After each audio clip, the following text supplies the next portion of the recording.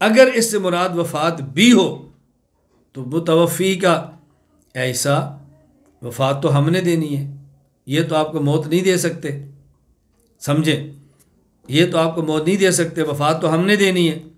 اللہ تو چاروں طرف کھڑے ہیں، مجھے پورا یقین ہے کہ آپ بچائیں گے۔ صورت کیا ہوگی؟ فرمایا رافعک الیہ، ابھی ہم آپ کو اٹھا لیتے۔ انی متوفی کا کیا کر تسلی دی ہے، اور رافعک کا اگر اس کی صورت بتائی ہے تو کیا اشکال کی بات ہے؟ کوئی الجھن تو ہے ہی نہیں، کوئی الجھن نہیں۔ میں اس لیے کہہ رہا ہوں کہ اس کا معنی موت لیں تب بھی تمہاری بات ثابت نہیں ہوتی، اور ہم کہتے ہیں معنی موت ہے ہی نہیں، مکمل اٹھانا ہے، تب بھی تمہاری بات ثابت نہیں ہوتی۔ اس لیے مسلمانوں کے عقائد کو برباد مت کرو اور اپنی آخرت تباہ مت کرو۔ اللہ تعالی ہم سب کو صحیح عقائد اپنانے کی توفیق عطا فرمائے۔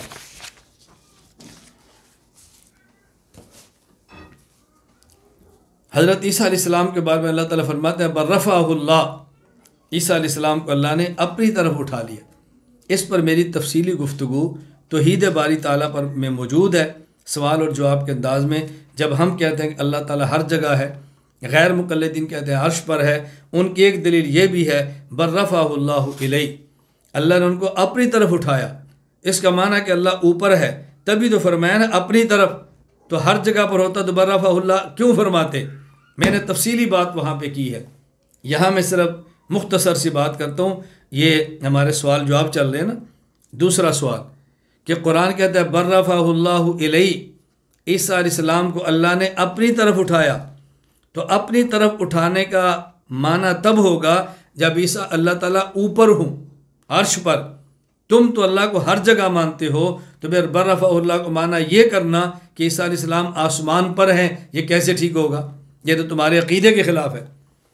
تفصیلی گفتگو میں نے عقیدہ توحید پر کی ہے، توحید باری تعالیٰ، میرا بیان سن لیں، کئی گھنٹے کا سبق ہے، پھر اس میں نے تفصیل سے اس پر بات کی ہے۔ میں مختصر عرض کر دیتا ہوں کہ یہاں برفعہ اللہ کا معنی کیا ہے۔ حضرت امام فخر الدین محمد بن عمر الرازی رحمہ اللہ، وفات 606 ہجری، تفسیر کبیر میں اس آیت کے تحت فرماتے ہیں المراد الرفع الى موضع لا یجری فی حکم غیر اللہ، کہ یہ جو حضرت عیسیٰ اللہ تعالیٰ نے فرمایا نا کہ ہم ان کو اٹھائیں گے اپنی طرف، اس سے مراد ہے اٹھانا ایسی جگہ کی طرف جہاں اللہ کے علاوہ کسی کا ظاہری حکم بھی نہ چلے، یہ مطلب ہے۔ میں نے تفصیل سے وہاں بات کی ہے، میں سمجھانے کے لیے کہہ رہا ہوں، ضابطہ یاد رکھنا، ہر چیز کا حقیقی مالک اللہ ہے، حقیقی اختیار اللہ کے۔ بسا اوقات اللہ تعالیٰ ظاہری اختیار بھی بعض چیزوں کے اپنے پاس رکھتے ہیں، اور بسا اوقات ظاہری اختیار اللہ تعالیٰ بندے کو دے دیتے ہیں۔ جب ظاہری اختیار بھی اپنے پاس رکھیں تو نسبت اس کی اللہ کی طرف ہو جاتی ہے، اور جب ظاہری اختیار بندے کو دے دیں تو نسبت بندے کی طرف ہو جاتی ہے۔ میں نے کئی ایک مثالیں دی ہیں۔ آپ کسی کی ملاقات کے لیے جاتے ہیں، یا آپ کے ابو کدھر ہیں؟ لاہور گئے ہیں۔ آپ کے دادا ابو کدھر ہیں؟ اللہ میاں کے پاس ہے۔ کیا اللہ میاں لاہور ہیں؟ اللہ میاں لاہور نہیں ہے، اللہ میاں قبرستان میں ہے۔ کہ ابو کہاں گئے ہیں؟ لاہور۔ دادا ابو کہاں ہیں؟ اللہ میاں کے پاس۔ اللہ، وہ تو قبرستان تو ساتھ ہوتا ہے، اس کا کیا معنی کہ اللہ میاں کے پاس ہے؟ کیوں؟ ابو لاہور گئے بھی مرضی سے ہیں، آئیں بھی مرضی سے، دادا ابو نہ مرضی سے گئے ہیں نہ مرضی سے آ سکتے ہیں، اس لیے کہتا ہے اللہ میاں کے پاس ہے۔ کوئی آدمی 20 مرلے جگہ خریدتا ہے، 15 مرلے پر مکان بناتا ہے، 5 مرلے پر مسجد بناتا ہے۔ مکان کو کہتے ہیں یہ عبداللہ کا گھر ہے، اور 5 مرلے زمین کہتے ہیں یہ اللہ کا گھر ہے۔ یہ اللہ کا گھر ہے، عبداللہ کا گھر ہے، کیا مطلب؟ کیوں؟ اس 15 مرلے پر اختیار اس کے تھے تو نسبت اس کی طرف ہوگی، اور 5 مرلے پر اختیار اس کے ختم ہو گئے تو نسبت اللہ کی طرف ہوگی، یہ اللہ کا گھر ہے۔ بات اچھی طرح سمجھے، میں نے کئی ایک اس پر مثالیں دی ہیں، قرآن کریم میں کتنی بہترین مثال موجود ہے، آج ہی آپ نے پڑھی ہے۔ حضرت مریم کو روزانہ زکریا علیہ السلام کھانا دیتے ہیں، آج بغیر موسم کے پھل ملا، کہاں سے آیا؟ کہا جی من عند اللہ، اللہ سے آیا۔ جو روزانہ کا رزق اللہ ہی دیتے ہیں نا، لیکن وہ اختیارات زکریا کے ہوتے ہیں تو نسبت اللہ کی طرف نہیں ہوتی، اور آج جو ملا ہے پھل بغیر کسی کے اختیار کے ملا ہے تو نسبت اللہ کی طرف ہو گئی ہے۔ قرآن کہتے ہیں ان دین عند اللہ الاسلام، یہ دین اللہ کے اسلام ہے۔ دین تو ہمارے ہاں بھی اسلام ہے، صرف اللہ کا تو اسلام نہیں ہے نا، تو ان دین الاسلام کہنا چاہیے۔ ان اللہ کا لفظ کیوں لائے؟ یہ بتانے کے لیے کہ دین میں ظاہری اختیار بھی اللہ کا ہے، حقیقی اختیار بھی اللہ کا ہے۔ کوئی بندہ اپنے مرضی سے دین کو بدلنا چاہے تو بدلنے کا کوئی حق حاصل نہیں، اس لیے یہاں پر ان اللہ فرمایا۔ وَلَا تَحْسَبَنَّ الَّذِينَ قُتِلُوا فِي سَبِيلِ اللَّهِ أَمْوَاتًا بَلْ أَحْيَاءٌ، قرآن کہتا ہے لا تحسبن الذين قتلوا في سبيل الله امواتا بل احياء عند ربهم، یہ جو اللہ کے راستے میں قتل ہو گئے مردہ گمان نہ کرو یہ زندہ ہیں، کہاں؟ اللہ کے پاس۔ اللہ تو ہر جگہ ہے، تو ہر جگہ تو زندہ نہیں ہے۔ کوئی کہ اللہ عرش پر ہے، تو عرش پر تو نہیں، تو قبر کے اندر ہے۔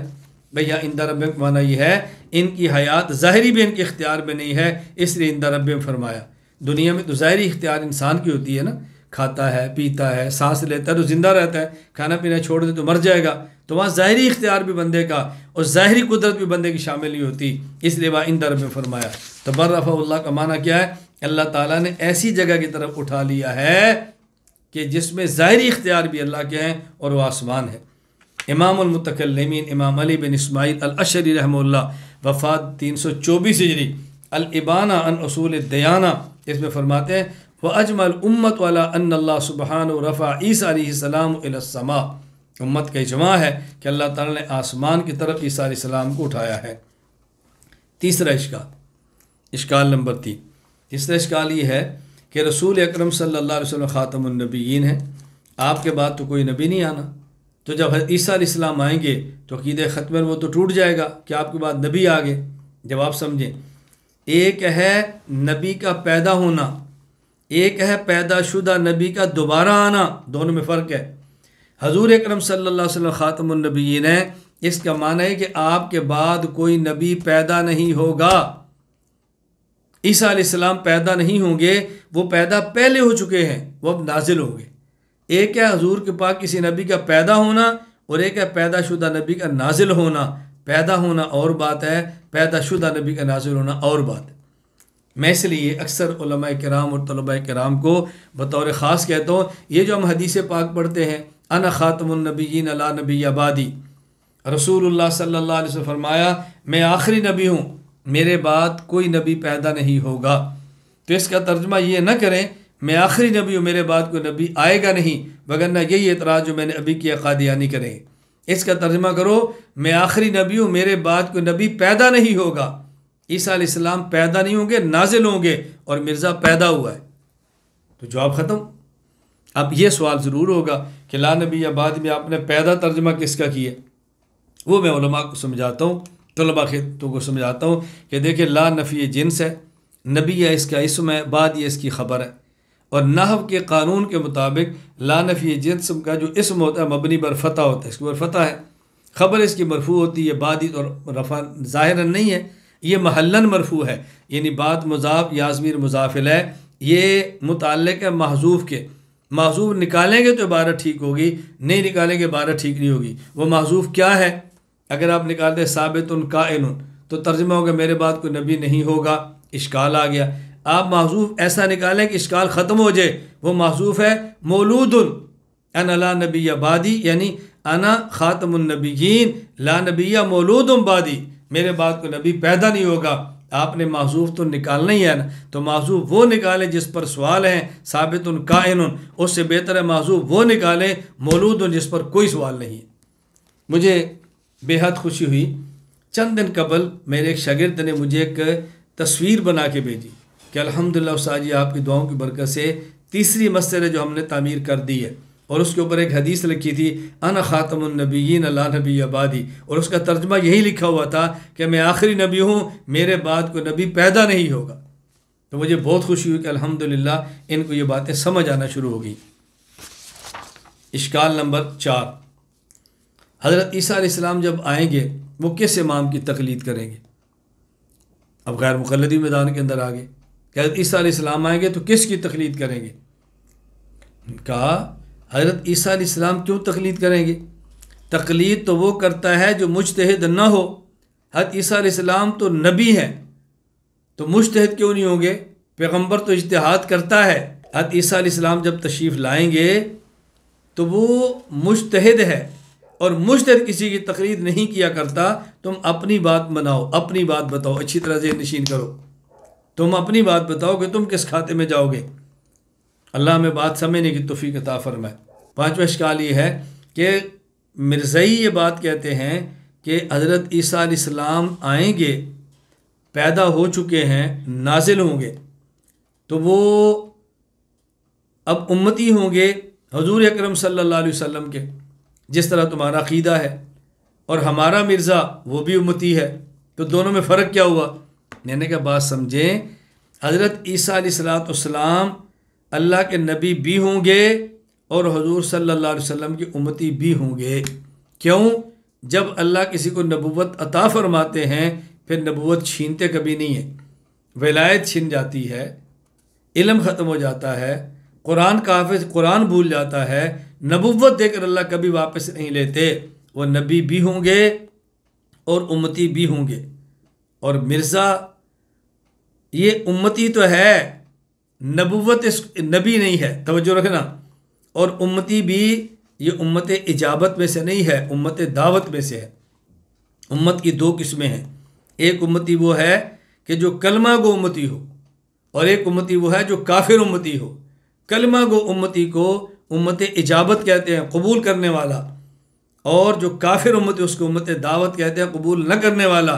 مرزا رسول اللہ صلی اللہ علیہ وسلم کا امتی ہے لیکن کافر امتی ہے، یہ تو امت اجابت کے اندر بھی نہیں آتا، یعنی انسان جو امتی ہوتا ہے یہ تو اس کے اندر بھی شامل نہیں ہوتا، یہ تو انسانیت گرا ہوا شخص ہے، تو اس کو نبی ماننا تو دور کی بات ہے۔ حضرت عیسیٰ علیہ السلام کو مثال دینے لگا ہوں، یہ ایسے ہی ہے۔ اچھا، عیسیٰ علیہ السلام نبی بھی ہوں گے، امتی بھی ہوں گے، کیسے؟ یہ بات عام بندے کو سمجھ نہیں آتی، آپ اس کو مستقل اشکال نمبر 6 کہہ لیں۔ بھئی چھٹا اشکال، امتی بھی ہوں گے، نبی بھی ہوں گے، کیسے؟ میں سمجھانے کے لیے کہتا ہوں، بھئی دیکھو ہمارے ہاں پنجاب بھی ہے، سندھ بھی ہے، بلوچستان بھی ہے، خیبر پختونخوا بھی ہے، گلگت بلتستان بھی ہے۔ اب یہ ایک صوبے کا گورنر اگر دوسرے صوبے میں جائے تو وہ گورنر بھی ہوتا ہے، لیکن دوسرے صوبے میں اس کے گورنر والے اختیارات نہیں چلتے۔ حضرت عیسیٰ علیہ السلام نبی ہیں بنی اسرائیل کے، اس امت میں آئیں گے تو اس امت کے لیے نبی کی طرح نہیں ہوں گے، بلکہ اس امت کے لیے نبیوں والے اختیار نہیں، بلکہ حضور اکرم صلی اللہ علیہ وسلم کی شریعت کو لے کر چلیں گے اور امتی بن کر چلیں گے۔ تو جس طرح ایک گورنر دوسرے گورنر کے یہاں چلا جائے تو گورنر رہتا ہے، لیکن دوسرے علاقے میں آ کر اس کے اس علاقے میں گورنر کے اختیارات نہیں ہوتے۔ اسی طرح عیسیٰ علیہ السلام نبی ہیں بنی اسرائیل کے، اس امت میں آئیں گے تو نبوت کے اختیارات کے ساتھ نہیں، بلکہ اس امت میں حضور پاک صلی اللہ علیہ وسلم کے امتی بن کے آپ کی شریعت کے مطابق فیصلے فرمائیں گے۔ اس کو اچھی طرح ذہن نشین فرما لیں۔ اشکال نمبر 7 کہ حضرت عیسیٰ علیہ السلام خدا ہیں، کیوں؟ قرآن نے ان کو کلمۃ اللہ کہا، اور کلمۃ اللہ سے معلوم ہوتا ہے کہ وہ عام انسان نہیں ہے، اسی بنیاد پہ ان کو عیسائیوں نے خدا کہا ہے کہ وہ کلمۃ اللہ ہے۔ بات اچھی طرح ذہن نشین فرما لیں، جس قرآن نے عیسیٰ علیہ السلام کو کلمۃ اللہ کہا، اسی قرآن نے عیسیٰ علیہ السلام کو عبداللہ بھی کہا۔ کلمۃ اللہ سمجھ آ رہا ہے تو عبداللہ کے وہ سمجھ نہیں آ رہا، دو لفظ استعمال فرمائے نا، وہ عبداللہ بھی ہیں، کلمۃ اللہ بھی ہیں۔ عبداللہ اس لیے ہیں کہ وہ اللہ کی عبادت کرتے ہیں تو عبداللہ ہیں، اور کلمۃ اللہ اس لیے ہیں کہ وہ باپ کی وجہ سے پیدا نہیں ہوئے، بلکہ اللہ کے کلمہ کن سے پیدا ہوئے ہیں، اس لیے ان کو کلمۃ اللہ کہہ دیا گیا۔ میں اس موقع پر مناسب سمجھتا ہوں کہ حضرت رسول اکرم صلی اللہ علیہ وسلم کا جو نجران کے نصارہ کے ساتھ مناظرہ ہوا تھا، وہ مختصر سا ذکر کروں کہ نجران کے استدلالات کیا تھے، اللہ کے نبی صلی اللہ علیہ وسلم کو کیا جوابات دیے۔ جب بات شروع ہوئی تو رسول اللہ صلی اللہ علیہ وسلم چند ایک سوالات کیے۔ لفظ کیا ہیں؟ کہتے ہیں امام راضی نے تفسیر کبیر میں الفاظ نقل کیے، ثم اخذ رسول اللہ صلی اللہ علیہ وسلم یناظر معہم، اللہ کے نبی نے نجران کے عیسائیوں کے ساتھ مناظرہ شروع کیا، مناظرہ کیا۔ تو مناظرہ کرنا رسول اکرم صلی اللہ علیہ وسلم کی مبارک سنت ہے۔ جو مناظرہ کرتا ہے رسول اللہ علیہ وسلم کی سنت پہ عمل کرتا ہے، اور اگر کوئی مناظرہ نہیں کرتا صلاحیت کے باوجود، وہ تو تارک سنت کا، اور اگر نہیں کرتا کسی مسلط کے باوجود، یہ کسی مسلط کی وجہ سے، یہ الگ چیز ہے۔ اور کوئی بندہ نہیں کرتا کہ صلاحیت نہیں، یہ بھی الگ چیز ہے، اور کوئی بندہ مناظرے کی کرے بھی نہ اور مناظرے کی مخالفت بھی کرے تو وہ گویا رسول اللہ صلی اللہ علیہ وسلم کی سنت کی مخالفت کر رہا ہے۔ اس لیے مخالفت کبھی نہ کریں، کر سکتے ہیں تو کریں، نہیں کر سکتے تو خاموش ہو رہے، کسی اور کے حوالے کر دیں۔ اللہ کے نبی نے پوچھا الستم تعلمون ان اللہ حی لا یموت وان عیسیٰ یاتی للفنا، کیا تم جانتے نہیں ہو اللہ زندہ ہے، کبھی موت نہیں آئے گی، اور عیسیٰ علیہ السلام پر تو موت آئے گی؟ کہا جی ہاں۔ آپ نے فرمایا الستم تعلمون انہ لا یکون ولدا الا بشبہ اباہ، کیا تم جانتے نہیں ہو کہ بیٹا باپ کے مشابہ ہوتا ہے؟ کہا جی بالکل۔ اچھا، فرمایا الستم تعلمون ان ربنا قیم علی کل شیء یقلہ ویحفظہ ویرزقہ فلیملک عیسیٰ من ذلک؟ قالوا لا، کیا تم یہ بات نہیں جانتے اللہ تعالیٰ ہر چیز پر نگران ہے، اس کی حفاظت کرتا ہے، خیال کرتا ہے، رزق دیتا ہے، کیا یہ کام عیسیٰ علیہ السلام کر سکتے ہیں؟ کہا جی نہیں، تو بیٹا باپ کے مشابہ ہوتا ہے نا، تو مشابہت نہ رہی۔ اچھا، پوچھا الستم تعلمون ان اللہ یخفی علیہ شیء فی الارض ولا فی السماء فلیعلم عیسیٰ شیء من ذلک الا ما علم، اللہ پاک کوئی چیز مخفی نہیں ہے، کیا عیسیٰ علیہ السلام جانتے ہیں ہر چیز کو؟ انہوں نے کہا جی نہ، تو پھر اللہ کیسے ہوئے؟ کیا فرمایا ان ربنا صور عیسیٰ فی الرحم کیف شاء، اللہ نے عیسیٰ علیہ السلام کو جیسے چاہا ایسی رحم کی صورت عطا فرما دی رحم کے اندر۔ فہل تعلمون ان ربنا لا یاکل الطعام، کیا تم جانتے ہو اللہ کھاتے نہیں، ولا یشرب الشراب، اللہ پیتے نہیں، ولا یحدث الحدث، اللہ کو کوئی تقاضا ضرورت نہیں۔ وتعلمون ان عیسیٰ، کیا تم جانتے ہو کہ تم عیسیٰ علیہ السلام کہ ان کی ماں حاملہ ہوئی تھی جیسے عام عورت حاملہ ہوتی ہے، پھر جنا جیسے عام عورت جنتی ہے، اور وہ کھاتے بھی تھے پیتے بھی تھے اور آپ کو ضرورت بھی پیش آتی تھی؟ کہا جی بالکل۔ آپ نے فرمایا فکیف یکون ما زعمتم، پھر یہ بتاؤ کہ عیسیٰ علیہ السلام اللہ کے خدا، عیسیٰ علیہ السلام خدا کیسے ہو گئے جیسے تم سمجھتے ہو، کیسے ہو گیا؟ تو رسول اللہ صلی اللہ علیہ وسلم نے ان کو لاجواب فرما دیا تھا۔ میں نے آپ کی خدمت میں پیش کیا عیسیٰ علیہ السلام کا تعارف، نمبر 2 حضرت عیسیٰ علیہ السلام کے معجزات، نمبر 3 آپ کی بشارت رسول اللہ صلی اللہ علیہ وسلم کے بارے میں، نمبر 4 نمبر 5 قرب قیامت آپ کا نزول، نمبر 6 ہمارے عقیدے ان کے بارے میں، نمبر 7 چند ایک اشکالات، 7 اشکال ان کے جوابات، نمبر 8 دعوت اسلام۔ دیکھو میں بڑی دیانت کے ساتھ دنیا بھر کی عیسائی اور مسیحی برادری کو یہ بات عرض کرتا ہوں، حضرت عیسیٰ علیہ السلام اللہ کے نبی تھے، اگر کوئی شخص ان کو نبی نہ مانے وہ مسلمان نہیں ہے، نبی تھے، نبی ہیں اور قیامت سے پہلے نازل ہوں گے، لیکن اب نجات اس بات میں ہے کہ حضرت رسول اللہ صلی اللہ علیہ وسلم کو آخری نبی مانا جائے، قرآن کو آخری کتاب مانا جائے، اور کلمہ حضور اکرم صلی اللہ علیہ وسلم پڑھا جائے لا الہ الا اللہ محمد الرسول اللہ۔ آج یہ کلمہ پڑھ لیں گے تو بہت اچھا، وگرنہ عیسیٰ علیہ السلام جب نازل ہوں گے وہ یہی کلمہ پڑھائیں گے، اسی شریعت پر عمل کرائیں گے، اسی قرآن کریم کی تعلیم دلوائیں گے، تو بہتر ہے کہ آمد سے پہلے پہلے آپ کلمہ پڑھ لیں، وگرنہ کلمہ تو پڑھنا ہی پڑھنا ہے نا۔ یہ فیصلہ ہے قرآن کریم کا۔ اسلام ایک سچا دین ہے، اسلام قیامت تک کے لیے ابدی دین ہے، اسلام انصاف والا دین ہے، اسلام ہر ایک کے حقوق کو ادا کرنے والا دین ہے، ہر ایک کی رعایت کرنے والا دین ہے، اور اسلام اگر نہ ہوتا اور قرآن اگر نہ ہوتا تو شاید حضرت عیسیٰ علیہ السلام کا اور ان کی والدہ مریم کا صحیح نقشہ بھی دنیا میں آج کہیں نہ ہوتا اگر اسلام نہ ہوتا۔ اس اسلام ہی نے تو عیسیٰ علیہ السلام کا نقشہ پیش کیا ہے، ان کے نام کو زندہ رکھا ہے اور اصلی شکل میں زندہ رکھا ہے۔ اس لیے ہم پوری برادری مسیحی کو صمیم قلب سے، محبت سے، درد دل سے دعوت دیتے ہیں کہ اللہ کرے وہ ہماری بات کو سنے اور قبول فرمائے، اور جو شخص جہاں رہتا ہو، دعوت دینے کا مطلب جو جہاں رہتا ہو قرب و جوار میں پیار محبت کے ساتھ جتنی بات چلا سکتا ہو چلائے۔ آپ کی بات کو میں اپنی بات سمجھوں گا، میری بات کو آپ اپنی بات سمجھے، جہاں تک اس بات کو پہنچا سکتے ہیں پہنچائیں۔ شاید ہماری محنت سے ہمارے کو محلے کا کمزور عیسائی کلمہ پڑھ لے اور جنت میں جن جائے، وہ بھی بچ جائے گا، اور اس کی وجہ سے شاید ہماری بھی نجات ہو جائے۔ اللہ تعالی ہم سب کو دین کی خدمت اور محنت کرنے کی توفیق عطا فرمائے، اللہ تعالی قبول فرمائے۔ کرسمس کی تقریبات میں شرعی حکم کیا ہے؟ شرکت کا شرعی حکم، توجہ رکھیں۔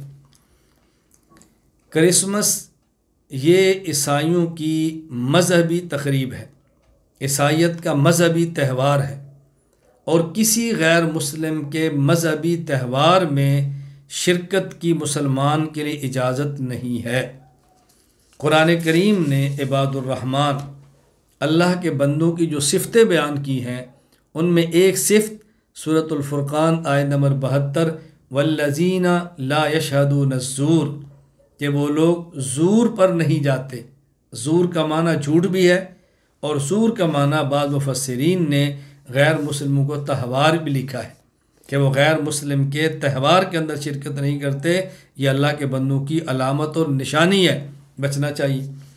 سنن ابی داؤد حدیث نمبر 4033، حضرت عبداللہ بن عمر رضی اللہ تعالیٰ عنہما فرماتے ہیں، رسول اللہ صلی اللہ علیہ وسلم فرمایا، من تشبہ بقوم فہو منہم، جو شخص کسی قوم کی مشابہت اختیار کرے گا انہی میں شمار ہوگا۔ کنز العمال حدیث نمبر 24730، حضرت عبداللہ بن مسعود رضی اللہ تعالیٰ عنہ فرماتے ہیں کہ رسول اللہ صلی اللہ علیہ وسلم فرمایا، من کسر سواد قوم فهو منہم ومن رضی عمل قوم کان شریکا فی عملہ۔ اللہ اکبر۔ جو شخص کسی قوم کے بڑھانے کا سبب بنے وہ انہی میں شمار ہوگا، اور جو شخص کسی قوم کے عمل پر راضی ہو جائے وہ گویا عمل کے اندر شریک ہوگا۔ یہ تو رضا پر شریک ہونا فرمایا، اور جو عمل میں شریک ہو جائے بتائیں وہ کتنا بڑا مجرم ہوگا۔ ہمارے لیے کسی کے مذہبی تہوار پر قلب سے راضی ہونے کی گنجائش نہیں ہے تو شرکت کی گنجائش کیسی ہوگی؟ اس لیے میں دنیا بھر میں بسنے والے اپنے مسلمان بھائیوں سے، اپنی مسلمان بہنوں سے گزارش کروں گا، کسی بھی غیر مسلم کے مذہبی اور دینی تہوار کے اندر شرکت سے گریز فرمائیں، نہ ان کو اس موقع پر مٹھائیاں کھلائیں، نہ اس موقع پر ان سے مٹھائیاں کھائیں، مدارات رکھیں، خوش اسلوبی سے پیش آئیں، اچھے اخلاق کا مظاہرہ کریں، اس سے بچنے کی کوشش کریں۔ اللہ تعالیٰ مجھے اور آپ سب کو صحیح معنوں میں دین کی خدمت کرنے کی توفیق عطا فرمائے۔ میری آپ کی خدمت میں آخری گزارش، حضرت آدم علیہ السلام سے لے کے رسول اکرم صلی اللہ علیہ وسلم تک کم و بیش 1,24,000 انبیاء علیہ السلام پر ہم نے ایمان لانا ہے، ہم نے ان کو نبی ماننا ہے، ہم نے ان کو سچا ماننا ہے، ہم نے ان کو اپنے ایمان کا حصہ بنانا ہے، لیکن عمل صرف رسول اکرم صلی اللہ علیہ وسلم کی شریعت مطہرہ پر کرنا ہے، چونکہ پہلے انبیاء کی شریعت منسوخ ہے، ان پر عمل کا وقت گزر چکا ہے۔ ہم آسمانی کتابوں کو مانتے ہیں، لیکن اب راہ ہدایت اور راہ نجات کے لیے صرف اور صرف ایک کتاب ہے جس کا نام قرآن کریم۔ اپنے دور میں وہ کتابیں ٹھیک تھیں، عمل کرنا چاہیے تھا، اب تو کتابیں تحریف شدہ ہیں۔ اگر تحریف شدہ نہ ہوں، اصلی شکل کے اندر بھی ہوتی، تب بھی ہم اس پر عمل نہ کرتے، چونکہ ہماری شریعت نے ان پر عمل کے وقت کو ختم کر دیا ہے، وہ منسوخ ہو چکی ہیں، اب اس پر عمل کرنے کی کوئی گنجائش نہیں ہے۔ رسول اکرم صلی اللہ علیہ وسلم آخری نبی ہیں، آپ کے بعد کوئی نبی پیدا ہوگا نہیں۔ ہم نے خلوص کے ساتھ، درد کے ساتھ، نیک نیتی کے ساتھ ہم نے دین کا کام کرنا ہے، اپنے گھر میں، خاندان میں، محلے میں، گلی میں، گاؤں میں، شہر میں، اپنے ملک میں۔ اور یہ دنیا گلوبلائزیشن کی دنیا ہے، اس نے پوری دنیا کو آپس میں جوڑ کے رکھ دیا ہے، ایک کر دیا ہے۔ اب دین کی دعوت دوسروں تک پہنچانا بہت آسان ہے، تو میری آخری گزارش یہ ہے، ہم میں سے ہر آدمی اپنی ہمت، اپنی وسعت، اپنی طاقت کے مطابق حدود شریعت کے اندر رہتا ہوئے دن رات جتنی دین کی خدمت کر سکتا ہے وہ کرے، اور سب سے آخری بات، آخری درجہ، اپنے جسم پر دین کو نافذ کریں، اپنے وجود پر دین کو نافذ کریں۔ ہمارا چلنا پھرنا، کھانا پینا، سونا جاگنا، گھر اور باہر کی زندگی ایسی ہو کہ پتہ چلے کہ مسلمان ہے، ہماری شکل مسلمانوں جیسی ہو، لباس مسلمانوں جیسا ہو، تجارت مسلمانوں جیسی ہو، طور طریقے مسلمانوں جیسے ہوں۔ ہم نے عمل کے ساتھ اسلام کی دعوت دینی ہے۔ میں بھی نیت کروں، آپ بھی نیت کریں، جو کمیاں کوتاہیاں ہو گئیں اللہ تعالیٰ اس کو اپنے کرم سے معاف فرما دے۔ تو میں نے آج آپ کی خدمت میں 10 موضوعات پر گفتگو کی ہے۔ نمبر 1، حضرت عیسیٰ علیہ السلام کا تعارف۔ نمبر 2، حضرت عیسیٰ علیہ السلام کے معجزات۔ نمبر 3، حضرت عیسیٰ علیہ السلام کی تعلیمات۔ نمبر 4 حضرت عیسیٰ علیہ السلام کی رسول اللہ صلی اللہ علیہ وسلم کی آمد کے بارے میں بشارت۔ نمبر 5 قرب قیامت عیسیٰ علیہ السلام کا نازل ہونا، نکاح کرنا، دجال کو ختم کرنا، حضرت مہدی کی معیت میں حضرت مہدی کے پیچھے نماز پڑھنا، پھر ان کا مدینہ منورہ میں انتقال ہونا، رسول اللہ صلی اللہ علیہ وسلم کی قبر مبارک کے پاس انہیں کے روضے اندر کے اندر دفن ہونا۔ نمبر 6 ہمارے نظریات حضرت عیسیٰ علیہ السلام کے بارے میں کیا ہے۔ نمبر 7 حضرت عیسیٰ علیہ السلام کے حوالے سے چند ایک اشکالات اور ان کے جوابات۔ نمبر 8 حضرت برادری مسیحی برادری کو محبت کے ساتھ درد دل کے ساتھ اسلام کی دعوت۔ نمبر 9 کرسمس کی تقریبات کا شرعی حکم۔ نمبر 10 آخری گزارش کے حوالے سے میں نے گزارش کی ہے ہمیں اپنے دین اور شریعت پہ عمل کرنا ہے، اسی میں ہماری دنیا اور آخرت میں کامیابی ہے۔ اللہ تعالیٰ مجھے اور آپ کو عمل کی توفیق عطا فرمائے۔ وآخر دعوانا ان الحمد للہ رب العالمین۔